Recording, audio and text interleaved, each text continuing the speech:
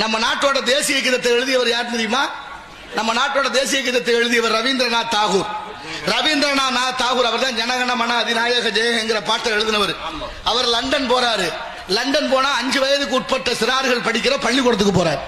5 வயது படிக்கிற சிறார்கள் பள்ளிக்கூடம், சின்ன பிள்ளை படிக்கிற பள்ளிக்கூடத்துக்கு போறாரு. அங்க போய் மாணவர்களை பார்த்து ஒரு கேள்வி கேட்டார். மாணவர்களே, என் சட்டப்பையில் ஒரு பேனா வைத்திருக்கிறேன், வாங்கியது 5 ரூபாய்க்கு, 10 ரூபாய்க்கு நான் வித்தா எனக்கு என்ன கிடைக்கும்னு கேட்டார். 5 ரூபாய்க்கு பேனா வாங்கினேன், 10 ரூபாய்க்கு வித்தா என்ன கிடைக்கும்னாரு. பிள்ளைய மொத்தமா சொன்னிச்சுக்கலாம், லண்டன் மாணவர்கள் உங்களுக்கு 6 மாதம் எங்க நாட்டுல சிறை தண்டனை கொடுப்பாங்கன்னுச்சான். மனசாட்சியோட யோசிச்சு பாருங்க. 5 ரூபாய்க்கு வாங்கின பேனாவை 10 ரூபாய்க்கு வித்தா நம்ம லாபம் தான் கிடைக்கும்னு சொல்லுவோம். ஆமா. ஆனா அந்த பிள்ளை என்ன சொன்னாங்க? 6 மாதம் சிறை தண்டனை கிடைக்கும் என்றார்கள்.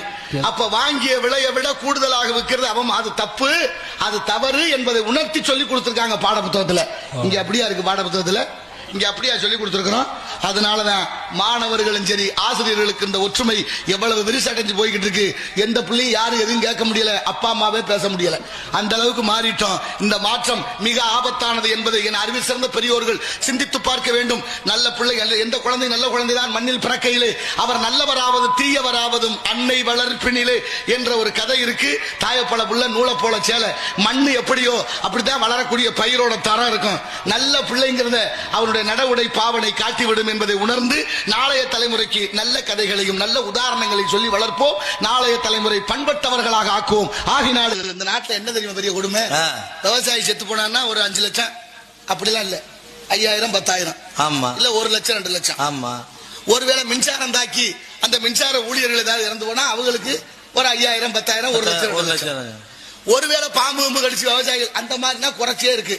ஆனா இந்த நாட்டில் தான் சாராயம் குடிச்சு செத்தா 10 லட்சம், கூட்டத்துக்கு போய் செத்தா மொத்தம் சேர்த்து 34 லட்சம் கொடுக்குறாங்க எல்லாரும் சேர்ந்து. எவ்வளவு பெரிய பெருமை! எப்படி நாட்டில் வாழ்றோம். இப்ப என்ன, இப்ப வேளாண்மை செஞ்சு அதுல ஆபத்தா உயிர் போறதா இல்ல இவங்க நடத்துற கூட்டத்துல போய் சாகிறதான்னு முடிவு தெரியல. இது தெரிஞ்சிருந்தா எங்க அப்பதான் கூட்டி போயிருப்பேன். உங்க அப்பதாவையா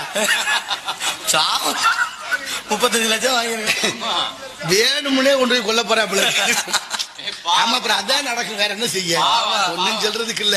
அத்தனை விஷயங்களும் இந்த நாட்டுல எல்லாம் ஏற்குமாறா நடக்குது. சொன்னா என்ன சொல்றேன், இவன் சரியில்லைன்றுவேன். நமக்கு தேவையில்லை பெரிய இடத்து பொல்லாப்பு, அதுக்கெல்லாம் சட்டம் இல்ல. தட்டலாம், கை தட்டுறது நல்ல விஷயம் தான். கை தட்டினா உடலுக்கு ஆரோக்கியம். அமெரிக்காக்காரன் ஆய்வு பண்ணி சொல்றான், கை தட்டினா மாரடைப்பு நோய் வராலாம். ஒரு பெரிய அரங்கத்துக்குள்ள ஒரு போட்டியை நிறுவி இருக்கிறாங்க. போட்டினா எப்படி? 5 மணி நேரம் தொடர்ச்சியா யாரு கை தட்டுகிறார்களோ அவர்களுக்கு 10 லட்சம் ரூபாய் பரிசு. 10 லட்சம் கொஞ்சமா? இங்க குடிச்சு செத்தா 10 லட்சம் கொடுப்பா, அது வேற விஷயம். ஆனா கை 5 மணி நேரம் தட்டுனா 10 லட்சம். ஆனா பாருங்க, 10 லட்சத்துக்கு போட்டி வச்சாச்சு, கூட்டத்துல போய் செத்தா மொத்தம் 34 லட்சமா. இடி விழுந்து திட்டக்குடியில செத்து போனாலும் அதுக்கு வழி இல்ல. என் தாய்மார்கள் விவசாய வேலை பார்க்கும் போது இடி விழுந்து செத்து போச்சு 7-8 பேரு கடலூர் மாவட்டத்துல. நான் என்ன சொல்ல, எங்க நீதி இருக்கு, எங்க நியாயம் இருக்கு?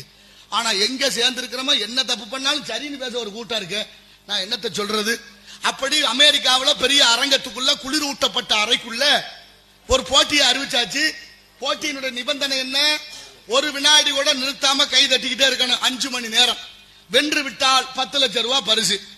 உடனே கூட்டத்தை கூட்டியாச்சு. பரிசு போட்டியில பங்கு பெற்றவர்கள் கை தட்டிக்கிட்டே இருக்கிறாங்க. ஒருத்தர் 1 மணி நேரம் 2 மணி நேரம் 3 மணி நேரம் இப்படி கொஞ்சம் கொஞ்சமா குறைஞ்சுக்கிட்டே வருது. தட்ட முடியல.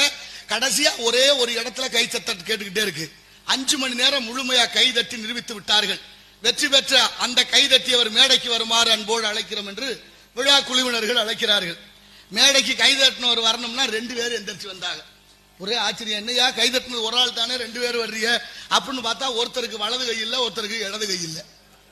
2 பேருக்கும் ஒவ்வொரு கை தான் இருந்துச்சு. கை இல்லைங்கிறது பிரச்சனை இல்ல, நம்பிக்கை இருந்துச்சு இல்ல. அதனால ஆளுக்கு ஒரு கையையும் சேர்த்து 2 கையா தட்டுனதுனால பரிசு 10 லட்சத்தை வென்று விட்டார்கள். இங்க ஒற்றுமை ரொம்ப முக்கியம்.